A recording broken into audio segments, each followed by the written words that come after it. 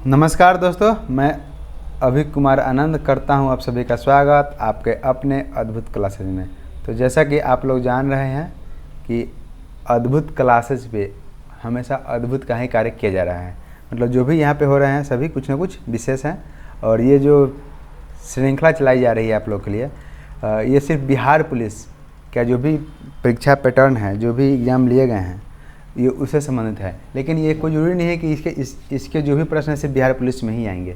ये आपके जितने भी प्रश्न हैं एग्ज़ाम होते हैं आसपास में, चाहे वो बिहार पुलिस हो, बीपीएससी हो, बीपीएससी टीचर हो, या फिर बिहार दरोगा हो, बिहार एसएससी हो, ये सारे एग्ज़ाम में इन सारे प्रश्न आएंगे। तो इस प्रकार देख रहे हैं, इससे पहले हम लोग 9 वीडियो अभी तक अपलोड कर चुके हैं अपने यूट्यूब चैनल पर, और ये हमारा 10वां वीडियो है। तो आप लोग से अनुरोध है कि इस वीडियो को देखकर और इससे पहले जो भी 9 वीडियो अपलोड किए जा चुके हैं आप वो सारे वीडियो देखें।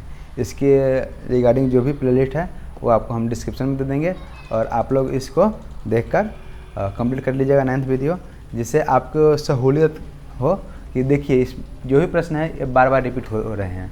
और आशा नहीं, पूरी उम्मीद है कि इस बार भी आपके 60 प्रश्न इन्हीं प्रीवियस ईयर क्वेश्चन से रहेंगे।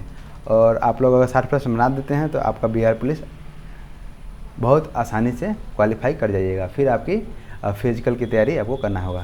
तो आप लोग आगे बढ़ते रहें और जुड़िए अद्भुत क्लासेस से, और इसके जो भी क्लासेस आ रहे हैं आप सभी क्लासेस देखने का कोशिश कीजिए। इसमें जो भी आपके ज्ञान की ही बातें हैं, इसमें कोई अतिरिक्त कोई एक्सट्रैक्शन नहीं है। तो आप लोग चलिए हम लोग देखते हैं। ये हमारा जो एग्ज़ाम हुआ था 22 अक्टूबर 2017 को, 22 अक्टूबर 2017 को जो एग्ज़ाम हुआ था बिहार पुलिस CSBC के द्वारा जो लिया गया था, इसमें हम लोग उसके प्रश्न देखते हैं और आगे बढ़ते हैं। इससे पहले अगर आप देखना चाहते हैं तो आप लोग इसके जो भी प्रीवियस वीडियो है सभी को देख लें और चैनल को लाइक और सब्सक्राइब कर दें। ठीक है, धन्यवाद। फिर हम आगे बढ़ते हैं अपने क्लास के लिए। चलिए देखिए कितनी आसान क्वेश्चन सब हैं जो बहुत ही सिंपल है, और ये बार बार रिपीट हो रहे हैं। इससे पहले भी ये प्रश्न आ चुके थे और फिर इसमें आया है। देखिए प्रश्न क्या है, शिवालिक की पहाड़ियाँ किस राज्य में स्थित हैं। अब देखिए इतना सिंपल सा क्वेश्चन, शिवालिक की पहाड़ियाँ कहाँ कहाँ है, तो जो भी नॉर्थ ईस्ट में है उसी में होगा, जो भी नॉर्थ में राज्य है उसमें। देखिए हमारा क्या है, एक हिमाचल प्रदेश, उसमें ऑप्शन के अनुसार हम लगा सकते हैं। हालाँकि ये शिवालिक की पहाड़ियाँ किसमें है, और भी जम्मू कश्मीर में भी है। अगला प्रश्न है हमारा, पंजाब में भूमि अपरदन का मुख्य कारण क्या है। पंजाब में भूमि अपरदन क्यों होता है, तो वहाँ पे अत्यधिक सिंचाई के कारण हो रही है भूमि अपरदन। ठीक है। अगला प्रश्न, संयुक्त राष्ट्र UN यूनाइटेड नेशन सुरक्षा परिषद के अस्थायी सदस्य देश के नाम कौन कौन हैं। तो आप लोग ध्यान रखिएगा, UN के 5 अस्थायी सदस्य कौन कौन हैं। एक है अमेरिका, दूसरा है रूस, तीसरा है UK, चौथा है फ्रांस और 5वां है चीन। तो आप लोग ध्यान रखिएगा, जो भी है, पहला अमेरिका, दूसरा रूस, तीसरा UK, चौथा फ्रांस और 5वां चीन। तो हमारे एशिया में कौन कौन हो गए, तो एशिया में हमारे रूस हो गए और चीन हो गए। और यूरोप में कौन कौन है, तो यूरोप में UK और फ्रांस, और ये अमेरिका अपने अमेरिका में है। तो आप लोग देख रहे हैं 3 महादेश से 5 हैं, कौन कौन है, तो अमेरिका में 1 है अमेरिका, यूरोप में रूस और फ्रांस, और ये रूस नहीं UK और फ्रांस, और एशिया में रूस और चीन। अब ये सब ध्यान रखिएगा, ये 5 क्या है, अस्थायी सदस्य है, और 15 अस्थायी सदस्य है जो बार बार चेंज होते रहते हैं। अगला प्रश्न है हमारा, GST कानून लागू करने वाला भारत का पहला राज्य कौन सा है। तो GST जो जब हुआ था 2017 में, तो उसमें प्रश्न पूछे हैं करंट अफेयर से। तो GST लागू करने वाला कौन था, तो वो था असम। सबसे पहले असम ने ही GST को लागू किया था। अगला प्रश्न है हमारा, भारत की सबसे पुरानी पर्वत श्रृंखला कौन है। तो भारत सबसे पुरानी जब बात की जाए तो ये अरावली हो जाएगी। ठीक है, ये जो राजस्थान में है। दास कैपिटल की रचना किसने की थी, दास कैपिटल की रचना है कार्ल मार्क्स। ये पुस्तक से भी प्रश्न पूछे गए हैं। अगला प्रश्न है हमारा, भारत का कौन सा द्वीप समूह अरब सागर में स्थित है। तो अरब सागर में हम देखते हैं वो हमारा लक्षद्वीप ही है। ठीक है, और बात की जाएगा ये बंगाली खाड़ी में तो कौन सा है वो, तो वो है हमारा अंडमान और निकोबार। अगला प्रश्न, गंगा नदी सफाई कार्यक्रम के साथ कौन सा देश सहयोग कर रहा है। तो गंगा नदी की सफाई में कौन देश कर रहा है, तो वह है हमारा जर्मनी। ब्रिटिश शासन के दौरान भारतीय हस्तशिल्पों का क्षय का प्रमुख कारण क्या था। जो ब्रिटिश शासन थे, अंग्रेज जब थे भारत में, तो उस समय जो भारतीय हस्तशिल्पों का विनाश क्यों हुआ, उसका क्या कारण था, दूसरा कारण था कम कीमत वाला मशीन द्वारा बनाया गया सामान और भेदभाव टैरिफ नीति। इसमें मशीनीकरण का युग था और यूरोप में मशीन आ गए थे और इसके कारण भारत में इसका जो भी हस्तशिल्प है उसका विनाश हुआ। अगला प्रश्न है, हिंदी साहित्य का सबसे प्रसिद्ध उपन्यासकार किसे माना जाता है? तो हिंदी साहित्य का सबसे प्रसिद्ध उपन्यासकार जो थे वो है हमारा मुंशी प्रेमचंद्र। इन्होंने अपना जो भी किताब लिखा है वो सब जेल में रहकर ही लिखा है, इसलिए वो अपना नाम चेंज किए थे। इनका नाम कुछ ओरिजिनल दूसरा था। देश में सबसे बड़ा सार्वजनिक क्षेत्र का संगठन कौन सा है? तो देश सबसे बड़ा सार्वजनिक क्षेत्र का संगठन कौन सा है? वो है रेलवे। वैश्वीकरण से क्या तात्पर्य है? तो वैश्वीकरण का तात्पर्य है कि अपनी अर्थव्यवस्था और विश्व के अर्थव्यवस्था के सामंजस्य स्थापित करना, इसे ही वैश्वीकरण बोलते हैं। अगला प्रश्न है हमारा, भ्रष्टाचार को नियंत्रित करने के लिए भारत सरकार का संगठन कौन सा है? तो भ्रष्टाचार को नियंत्रण करने के लिए भारत सरकार कौन सा संगठन है? तो यह केंद्रीय सतर्कता आयोग। अगला प्रश्न है हमारा, वह कौन सा मुख्य कारक है जिसके शहरीकरण के स्वरूप पर गहरा प्रभाव पड़ा? वह कौन सा कारक है? तो शहरीकरण, तो वह औद्योगिकीकरण, ठीक, इंडस्ट्रियलाइजेशन। अगला प्रश्न है, उत्तराखंड, उत्तर प्रदेश, बिहार, पश्चिम बंगाल और सिक्किम की सीमाएं किस देश से मिलती है? ये सिंपल सा प्रश्न है, ये नेपाल से मिलती है।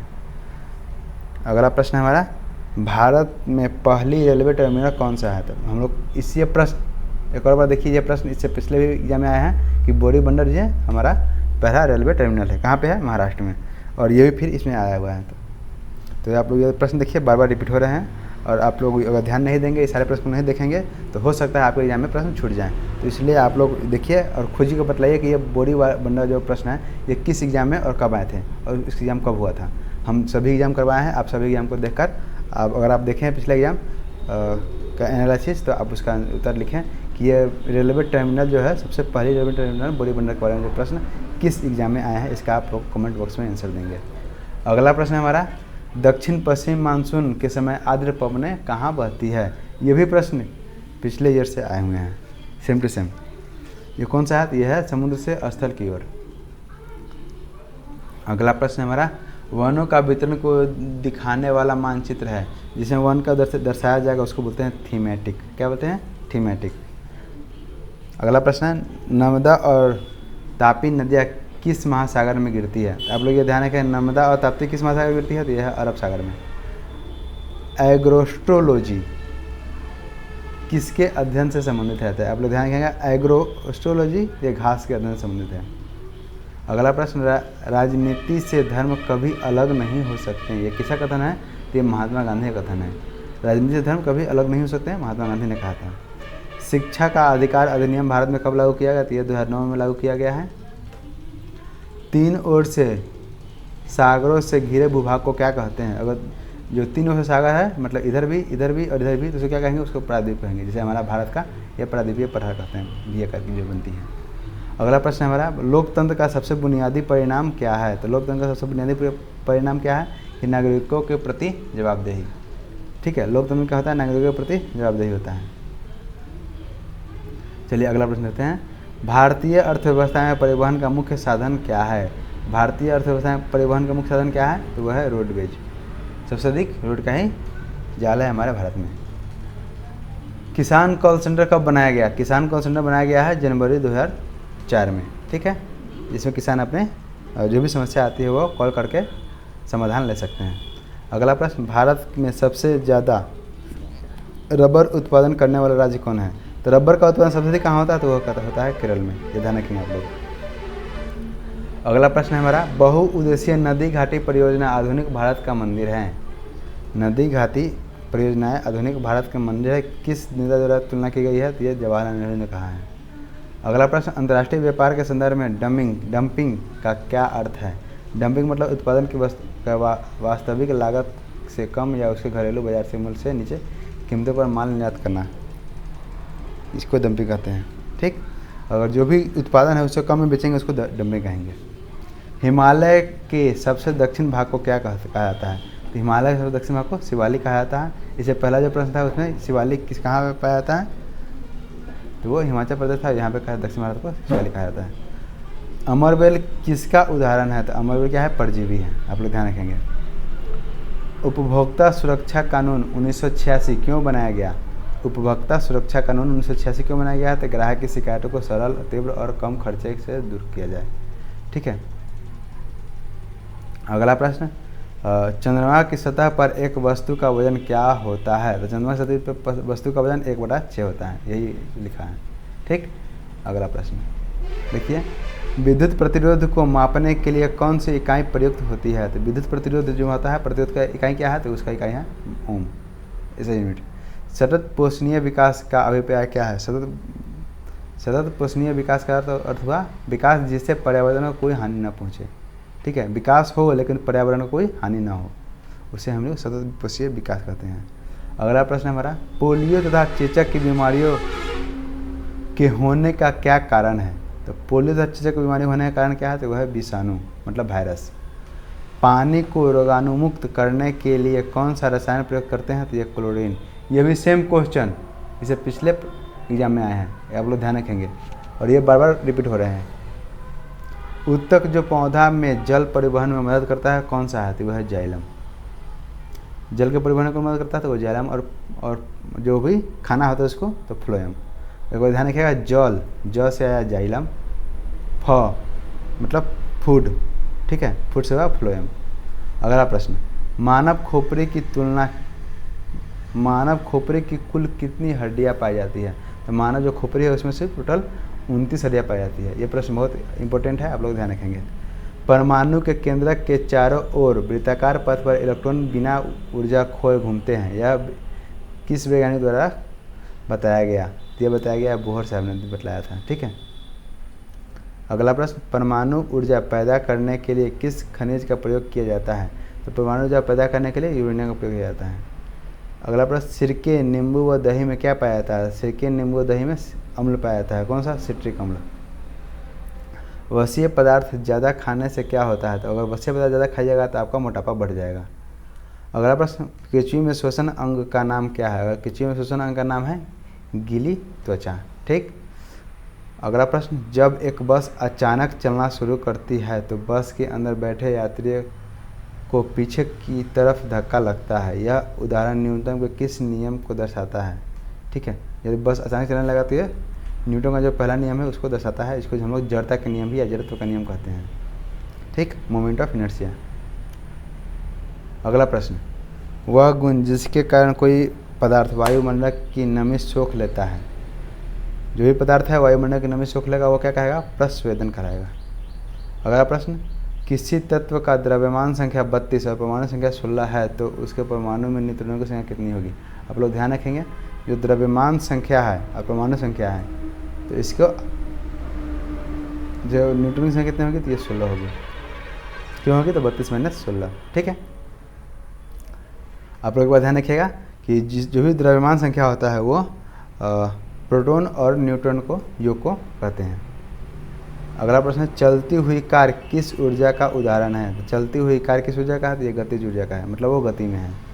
ईस्ट के द्वारा शर्करा का अल्कोहल में बदलना क्या कहलाता है? अगर ईस्ट ने शर्करा को अल्कोहल में बदल दिया तो क्या कहा? किनोन कहलाएगा।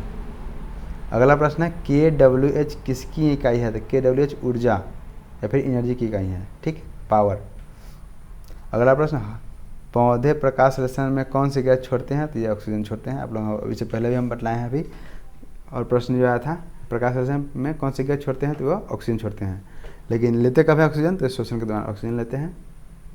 ठीक, आप लोग जो भी वीडियो देख रहे हैं इसका जो PDF है ये हम टेलीग्राम चैनल पे अपना डाल देंगे। हमारा टेलीग्राम चैनल आप लोग सर्च कर सकते हैं, अद्भुत ADBHUT अद्भुत क्लासेज पटना। अद्भुत क्लासेज पटना आप सर्च कीजिएगा और आ जाएगा, उसमें इसका सारे PDF अपलोड किए जाएंगे। जितने भी क्लास कराए जा रहे हैं सबके PDF अद्भुत क्लासेज पटना पे अपलोड किए जा रहे हैं, आप लोग वहाँ से इसको डाउनलोड कर सकते हैं। ठीक है, और जो भी प्रश्न इसमें से आ रहे हैं और जो भी प्रश्न पिछले एग्जाम में पूछे गए हैं आप वो सबको उत्तर लिखिए और बताइए कमेंट बॉक्स में कि ये सीरीज आपको कैसा लग रहा है और क्या ये मेरा मेहनत सार्थक है या नहीं। ठीक है, धन्यवाद।